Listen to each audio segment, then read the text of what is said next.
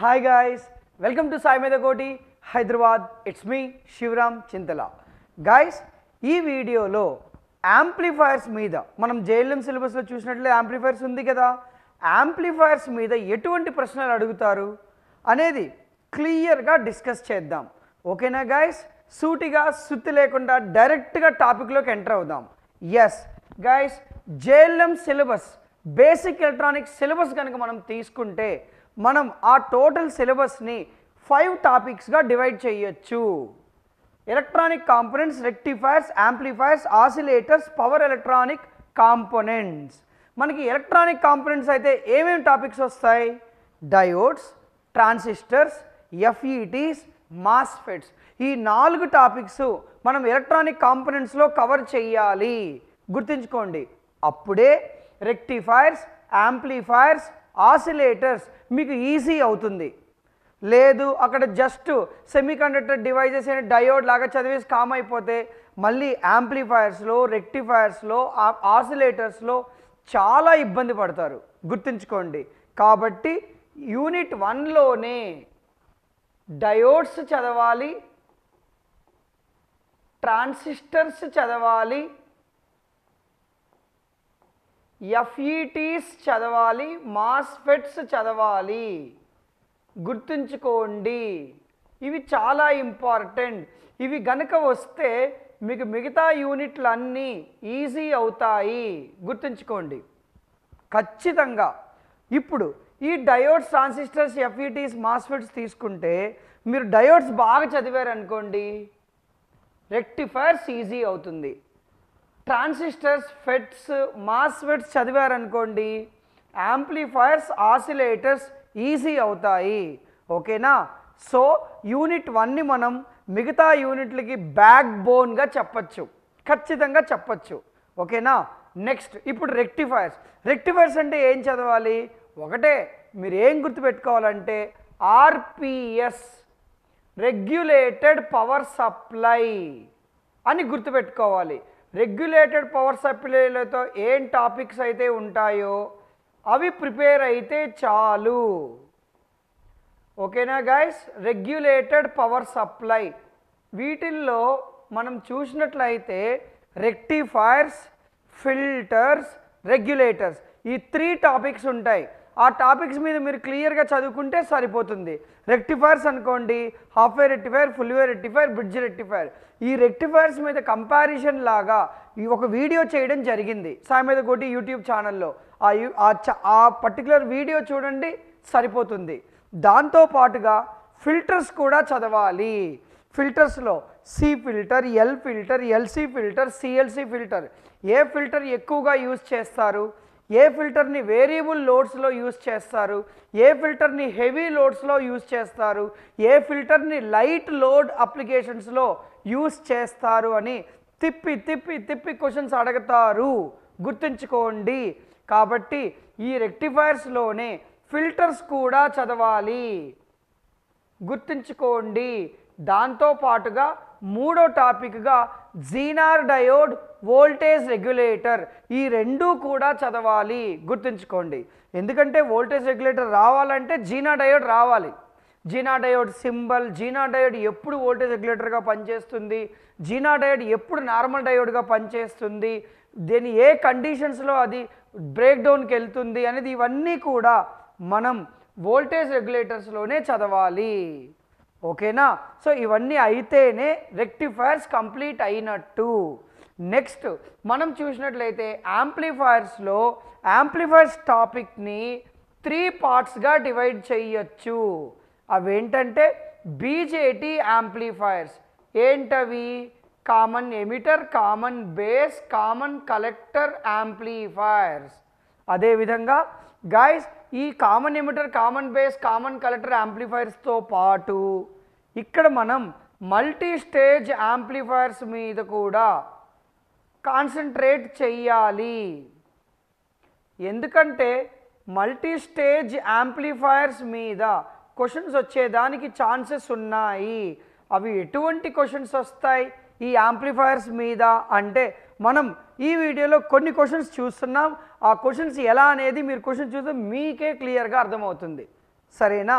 Next guys multi stage amplifiers అయిన తర్వాత మనం పవర్ యాంప్లిఫైర్స్ గురించి కూడా చదవాలి. పవర్ యాంప్లిఫైర్స్ అంటే class A, class B, class AB, class C. Class A యాంప్లిఫైర్ని ఎక్కడ యూజ్ చేస్తారు, ట్రాన్స్ఫార్మర్ కపుల్డ్ యాంప్లిఫైర్ యొక్క ఎఫిషియన్సీ ఎంత, పుష్ పుల్ యాంప్లిఫైర్లో ఈవెన్ హార్మోనిక్స్ ఎలిమినేట్ అవుతాయా, ఆడ్ హార్మోనిక్స్ ఎలిమినేట్ అవుతాయా, రెండు ఎలిమినేట్ అవుతాయా అని క్వశ్చన్స్ అడుగుతారు. గుర్తుంచుకోండి, పవర్ యాంప్లిఫైర్స్ మీద కూడా మీరు కాన్సన్ట్రేట్ చెయ్యాలి. వన్స్ ఇవన్నీ అయితేనే మీరు యాంప్లిఫైర్స్ మీద మీకు ఒక సమగ్ర కాన్సెప్ట్ ఏదైతే ఉందో మీకు క్లియర్గా వచ్చినట్టు అర్థం. సరేనా? Next oscillators. మనం ఈ ఆసిలేటర్స్ కనుక తీసుకుంటే ఆసిలేటర్స్లో మనకు ఇప్పటికీ 3 సార్లు అడిగారు జేఎల్ఎం ఎగ్జామ్లో. ఆసిలేటర్కి డాష్ ఫీడ్బ్యాక్ ఉండును, ధనాత్మక ఫీడ్బ్యాక్ ఉండును, పాజిటివ్ ఫీడ్బ్యాక్ ఉండును. పాజిటివ్ ఫీడ్బ్యాక్ అంటే నెగిటివ్ ఫీడ్బ్యాక్ ఉన్నట్టే కదా, రుణాత్మక ఫీడ్బ్యాక్ కూడా ఉంది కదా. రుణాత్మక ఫీడ్బ్యాక్ ఏ సర్క్యూట్స్లో ఉంది, అసలు ఎన్ని నెగిటివ్ ఫీడ్బ్యాక్లు ఉన్నాయి, voltage series, voltage shunt, current series, current shunt అని ఈ విధంగా క్వశ్చన్స్ ఉంటాయి. వాటిని మనం నీట్గా చదువుకోవాలి. అవి చదివిన తర్వాత ఆసిలేటర్కి వెళ్ళడం బెటర్. మీరు డైరెక్ట్గా ఆసిలేటర్స్కి వెళ్తే కొంచెం ఆసిలేటర్స్లో తడబడేదానికి ఛాన్స్ ఉంది. అదే మీరు పాజిటివ్ ఫీడ్బ్యాక్ అంటే నెగిటివ్ ఫీడ్బ్యాక్ చదివిన తర్వాత మీరు పాజిటివ్ ఫీడ్బ్యాక్ కనుక చూస్తే మీకు ఒక క్లారిటీ ఉంటుంది, ఒక రిథమ్ ఉంటుంది. గుర్తుంచుకోండి. ఆసిలేటర్స్ విషయానికి వస్తే ఆసిలేటర్స్లో ఇన్పుట్ ఉంటుందా ఉండదా, ఆసిలేటర్లో ఏ ఫీడ్బ్యాక్ ఉంటుంది, ఆసిలేటర్లో ఎన్ని సెక్షన్స్ ఉంటాయి, ఒక సర్క్యూట్ ఆసిలేటర్గా వర్క్ అవ్వాలంటే ఏ కండిషన్ సాటిస్ఫై చేయాలి, ఆ కండిషన్స్ ఎన్ని, బార్కసన్ క్రైటీరియా తెలుసు కదా, అది లో ఫ్రీక్వెన్సీస్ దగ్గర ఏ ఆసిలేటర్ యూజ్ చేస్తారు, అసలు ఎన్ని ఆసిలేటర్స్ ఉన్నాయి, ఆర్సీ ఫేజ్ షిఫ్ట్ ఆసిలేటర్ యొక్క ఫ్రీక్వెన్సీ ఎంత, వేన్ బ్రిడ్జ్ ఆసిలేటర్ యొక్క గెయిన్ ఎంత ఉండాలి, అప్పుడే అది ఆసిలేటర్గా వర్క్ చేస్తుంది. హార్ట్లీ ఆసిలేటర్, కాల్పిట్స్ ఆసిలేటర్, ఏ ఆసిలేటర్లో మీకు స్టేబుల్గా ఫ్రీక్వెన్సీ అవుట్పుట్ వస్తుంది, క్రిస్టల్ ఆసిలేటర్, ఇవన్నీ కూడా అడుగుతారు. ఆసిలేటర్స్ కూడా బాగా చదవాలి. ఆసిలేటర్స్ని దయచేసి నెగ్లెక్ట్ చేయొద్దు. సరేనా? ఈ యూనిట్స్ నుంచి 2 క్వశ్చన్లు ఎక్కడైనా వస్తే గుర్తుంచుకోండి, ఎలక్ట్రానిక్ కాంపోనెంట్స్ దగ్గర కానీ, ఆసిలేటర్స్ దగ్గర కానీ, పవర్ ఎలక్ట్రానిక్ కాంపోనెంట్స్ దగ్గర కానీ. పవర్ ఎలక్ట్రానిక్స్ కూడా చెప్పలేం, ఎలక్ట్రానిక్ కాంపోనెంట్స్, ఆసిలేటర్స్ ఈ 2 యూనిట్లో మీకు దాదాపుగా క్వశ్చన్ పడవచ్చు. 2 మార్కులు ఒక్కొక్క యూనిట్ నుంచి 2 క్వశ్చన్లు లాగా ఉండొచ్చు. సరేనా గైస్? వన్స్ అది అయిన తర్వాత పవర్ ఎలక్ట్రానిక్ కాంపోనెంట్స్ మీకు తెలిసిన విషయమే. ఎస్సీఆర్, డయాక్, ట్రయాక్ ఇవన్నీ చదవాలి. ఎస్సీఆర్ చదివితే అక్కడే single phase rectifiers, 3 phase rectifiers. సరేనా? చాపర్స్ అని, AC to DC converters, DC to DC converters ఇవన్నీ కూడా మీరు పవర్ ఎలక్ట్రానిక్ కాంపోనెంట్స్లో చూసుకుంటే, అంటే మెయిన్ ఈ డివైజెస్ చూసుకొని అప్లికేషన్స్ జస్ట్ అంటే ఏంటని ఇంపార్టెంట్ పాయింట్ మనం చూసుకుంటే సరిపోతుంది. గుర్తుంది, ఆ కండక్షన్ యాంగిల్ ఏదైతే ఉందో అది తీసుకుంటే యూనిట్ 5 క్లియర్ అవుతుంది. సో గైస్ గుర్తుపెట్టుకోండి, యూనిట్ 5 అదే ఈ మన బేసిక్ ఎలక్ట్రానిక్స్లో టోటల్గా 5 యూనిట్స్ ఉన్నాయి. ఈ 5 యూనిట్స్ మీరు చదివితే 6 to 7 మార్క్స్. అది మేము వర్స్ట్ కండిషన్లో వరస్ట్గా వేసుకుంటే 6 to 7 మార్క్స్ వస్తాయి. ఎస్, కొంచెం ఏమన్నా మేము గేర్ మారిందంటే వెళ్ళిపోతాం, 8-9 మార్క్స్కి వెళ్ళిపోతాం. గుర్తుంచుకోండి. సరేనా గైస్? సో బేసిక్ యాంప్లిఫైర్స్లో సబ్జెక్ట్ యొక్క వెయిటేజ్ 6 నుంచి 7 మార్కుల వరకు వస్తాయి. దీంట్లో 5 యూనిట్లు ఉన్నాయి. Electronic components, rectifiers, amplifiers, oscillators మరియు పవర్ ఎలక్ట్రానిక్ కాంపోనెంట్స్. ఓకేనా గైస్? అయిపోయింది. ఇప్పుడు మన టాపిక్ ఏంటంటే జేఎల్ఎం ఎగ్జామ్లో యాంప్లిఫైర్స్ మీద ఎటువంటి ప్రాబ్లమ్స్ అడుగుతారు చూద్దామా? కమాన్ వచ్చేసేయండి. ఇప్పుడు చూడండి, ఏ కాన్ఫిగరేషన్లో ఇన్పుట్ రెసిస్టెన్స్ అత్యధికంగా ఉంటుంది? ఏ కాన్ఫిగరేషన్లో అత్యధికంగా ఉంటుంది? Common collector configuration. సరేనా గాయస్? ఇక్కడ ఇంకొక పాయింట్, ఇంకొక ట్రిక్ ఏంటంటే అంటే ఇన్పుట్ రెసిస్టెన్స్ మరియు కరెంట్ గెయిన్ సేమ్ ఉంటాయి. గుర్తుంచుకోండి. అంటే ఇప్పుడు ఇన్పుట్ రెసిస్టెన్స్ ఎక్కువగా ఎక్కడుంది? కామన్ కలెక్టర్లో ఉంది కదా. కామన్ కలెక్టర్ కాన్ఫిగరేషన్లోనే ఇన్పుట్ రెసిస్టెన్స్ కూడా అత్యధికంగా ఉంటుంది. గుర్తుంచుకోండి. సరేనా?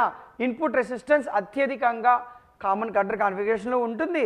ఒకవేళ కరెంట్ గెయిన్ అడిగితే కూడా ఇదే ఉంటుంది, కామన్ కలెక్టర్ కాన్ఫిగరేషనే.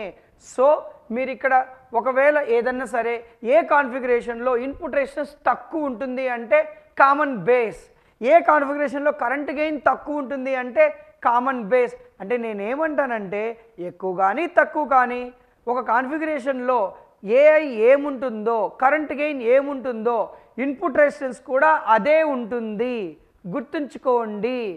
నెక్స్ట్ మనం రెండో క్వశ్చన్ చూద్దాం. ఎమిటర్ ఫాలోవర్ అని ఈ క్రింది వానిలో దేనిని పిలుస్తారు? గైస్, ఎమిటర్ ఫాలోవర్ అంటే ఏంటి?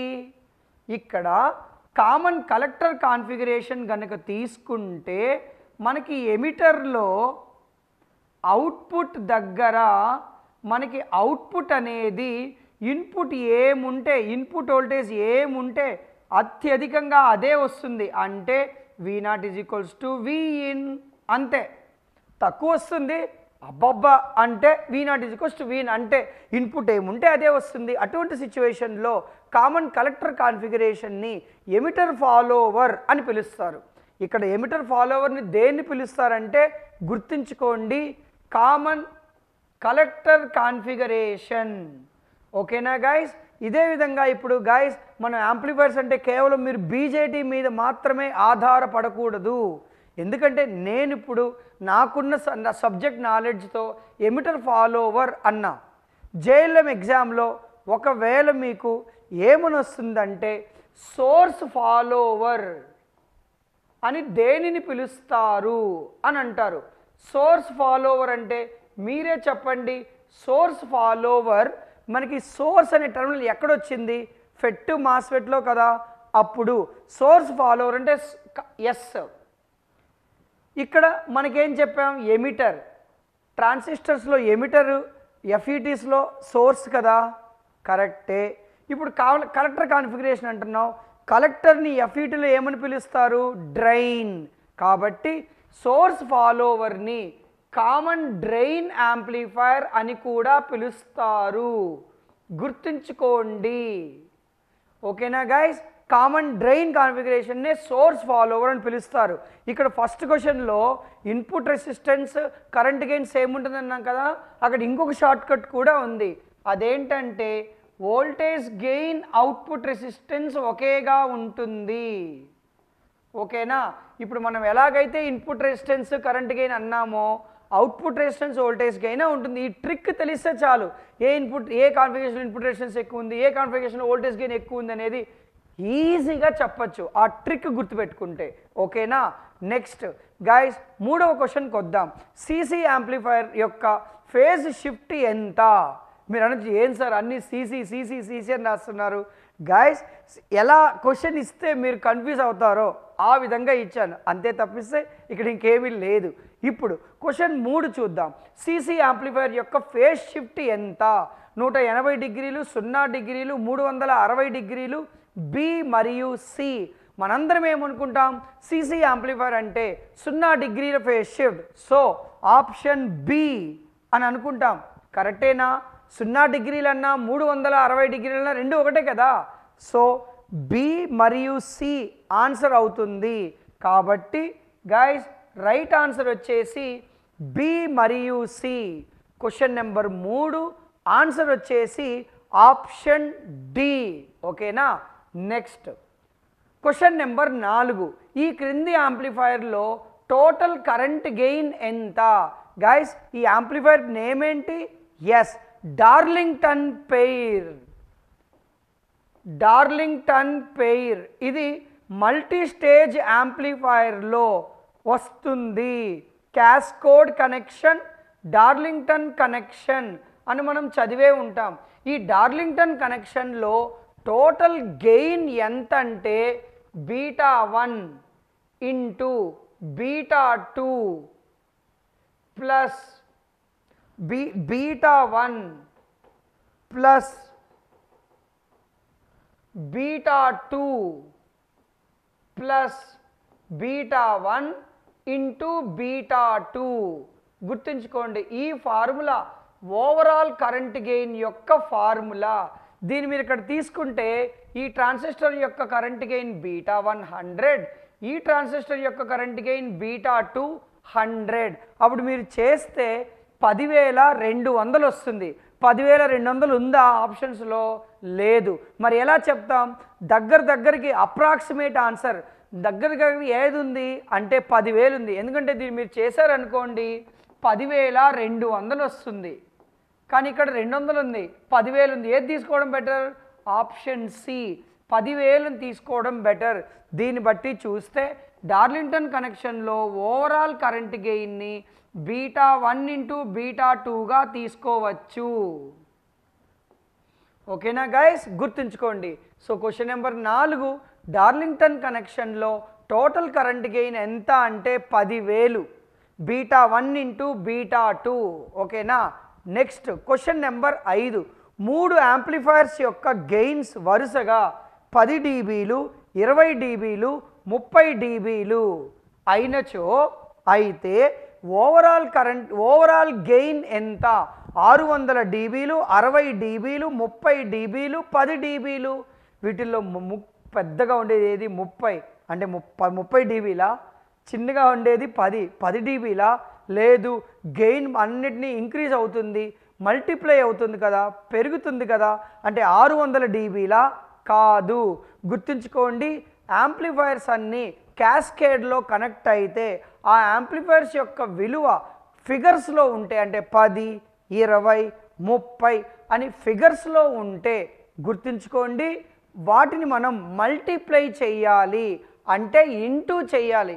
ఫర్ ఎగ్జాంపుల్ 10, 20, 30 అని అన్నారనుకోండి, 10 ఇంటూ 20 ఇంటూ 30గా తీసుకోవాలి. సరేనా గాయస్? కానీ ఇచ్చిన క్వశ్చన్ డీబీస్లో ఇచ్చారు. డీబీ అంటే డెసిబల్స్ ఇచ్చారు. మామూలుగా గెయిన్కి యూనిట్స్ ఉండవు, కానీ డెసిబల్స్లో కూడా కొలుస్తారు. సో ఒకవేళ యాంప్లిఫైర్ యొక్క గెయిన్ డెసిబల్స్లో ఇస్తే గుర్తుంచుకోండి ఆ వాల్యూస్ని మనం యాడ్ చేయాలి. సరేనా? ఇప్పుడు మీరు ఎడిషన్ చేస్తే 10 + 20 + 30, 50 + 20, 50 + 10, 60 dB. సో గైస్ ఆన్సర్ వచ్చేసి ఆప్షన్ బి, 60 dB. గుర్తుంచుకోండి. సరేనా గైస్? జాగ్రత్తగా ఉండండి. మీకు ఇచ్చిన క్వశ్చన్ ఫిగర్స్లో ఇచ్చారా, డీబీస్లో ఇచ్చారా, జాగ్రత్తగా చెక్ చేసుకొని అప్పుడు మల్టిప్లై చేయాలా, ఎడిషన్ చేయాలా అనేది డిసైడ్ అవ్వండి. సరేనా guys? Next question number 6, 100 gain కలిగిన ఒక యాంప్లిఫైయర్లో ఇన్పుట్ వోల్టేజ్ 10 mV ఇచ్చిన ఎడల దాని యొక్క అవుట్పుట్ వోల్టేజ్ ఎంత? గైస్ మన ఒక గెయిన్ గనక తీసుకుంటే గెయిన్ యొక్క ఫార్ములా ఏమవుతుంది? Output voltage by input voltage. ఓకేనా గైస్? ఇది గెయిన్ యొక్క ఫార్ములా. సో అప్పుడు మనం అవుట్పుట్ వోల్టేజ్ కనుక్కోవడానికి ఎలా చేయాలి అంటే output voltage is equals to input voltage మరియు గెయిన్. ఈ విధంగా తీసుకోవాలి.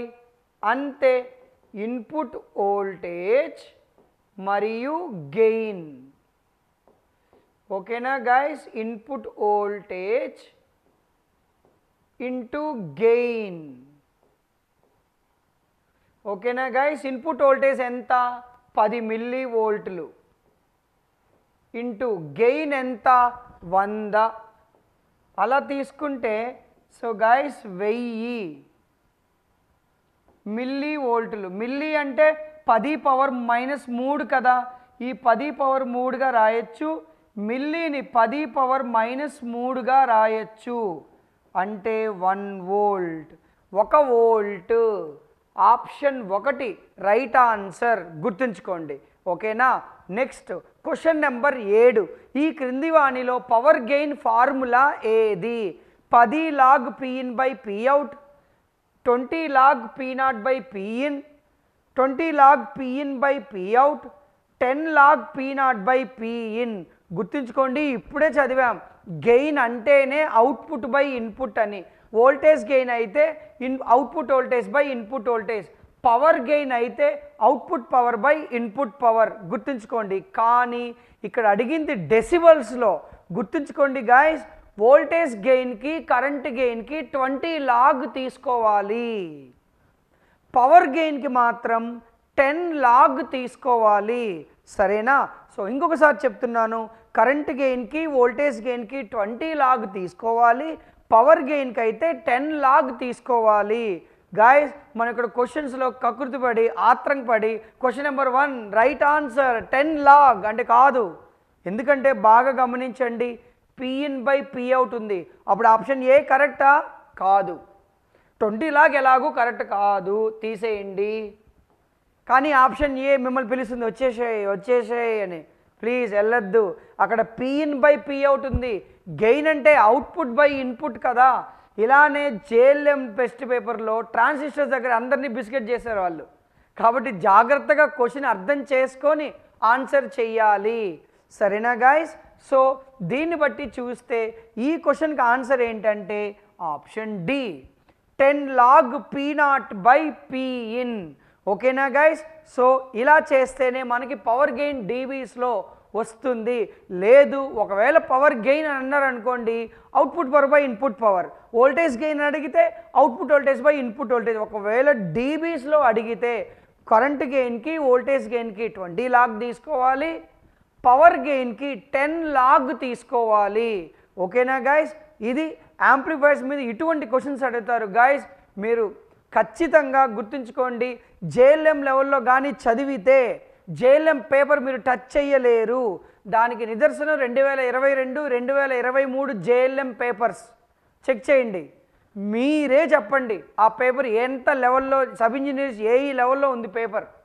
కాబట్టి గాయస్ ఉన్న ఇంత తక్కువ టైంలో మీరు ఓన్గా చదవడానికి ఇబ్బందులు పడితే మీ వెంట సాయి మీద కోటి హైదరాబాద్ ఉంది.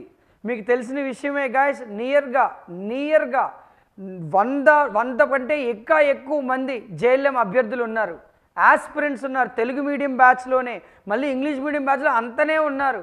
ఇక్కడ మేము ఏం చెప్తున్నామంటే గాయస్, జేఎల్ఎం జాబ్ కొట్టాలంటే సాయి మీద కోటికి వచ్చేసాయి, కొడదాం. మీకు మేము ఉంటాం అండగా, నిన్ను మేము ట్రైన్ చేస్తాం.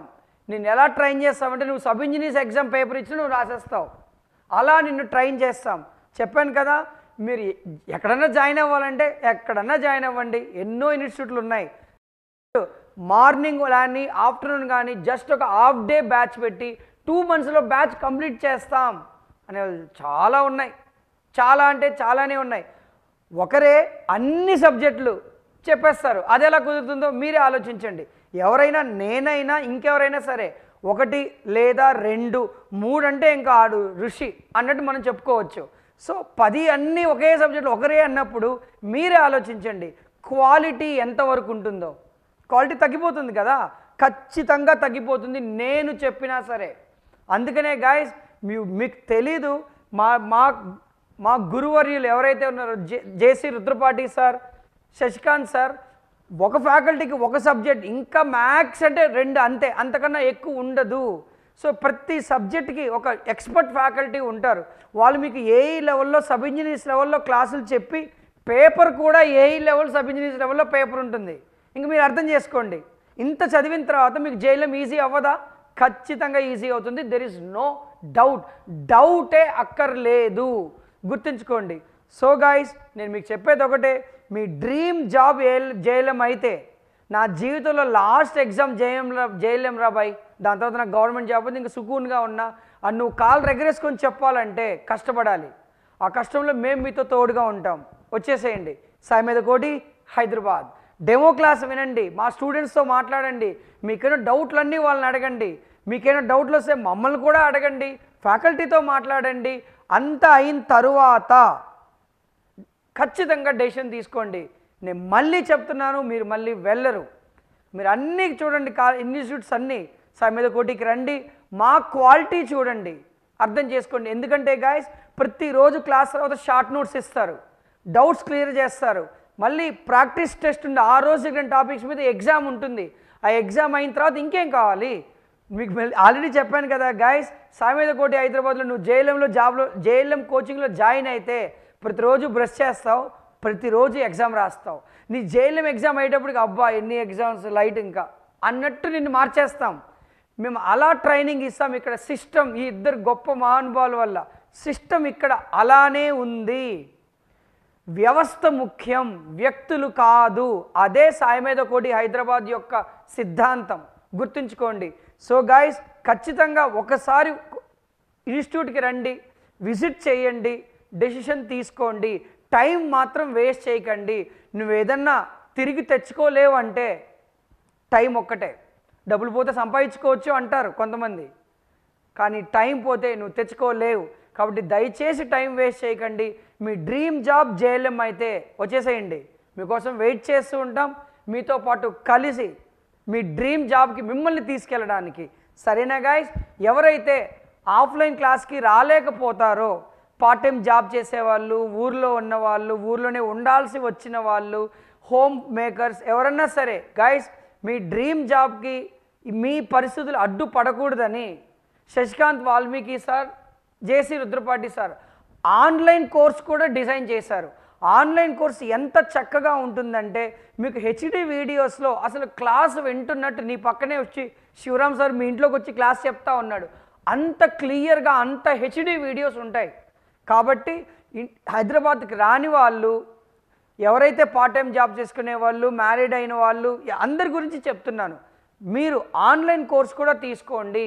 దాంతో కాంటాక్ట్లో ఉండండి. డౌట్లు ఉంటే అడ్మిన్లు ఉంటారు, అడ్మిన్లో పోస్ట్ చేయండి. మీ డౌట్స్ వాళ్ళు క్లియరెన్స్ కూడా ఇస్తారు. సరేనా గైస్? సో ఇది ఇవాల్టి వీడియోలో యాంప్లిఫైయర్స్ మీద ఎటువంటి క్వశ్చన్స్ ఇచ్చారు అనేది, ఆన్లైన్ కోర్స్ కోసం, ఆఫ్లైన్ అడ్మిషన్స్ కోసం లైక్ ఈ కింద నెంబర్ని కాంటాక్ట్ చేయండి. సాయి మీద అంటే సాయి మీద కోటి హైదరాబాద్, సాయి మీద .in యాప్ డౌన్లోడ్ చేసుకోండి, రిజిస్టర్ అవ్వండి. మీ డ్రీమ్ జాబ్కి మేము మీకు ఖచ్చితంగా సహాయంగా ఉంటాం. సరేనా గైస్? మరొక వీడియోతో, మరొక కంటెంట్తో కలుద్దాం. అంతవరకు శివరామ్ చింతల, జై హింద్. సాయి మీద కోటి హైదరాబాద్.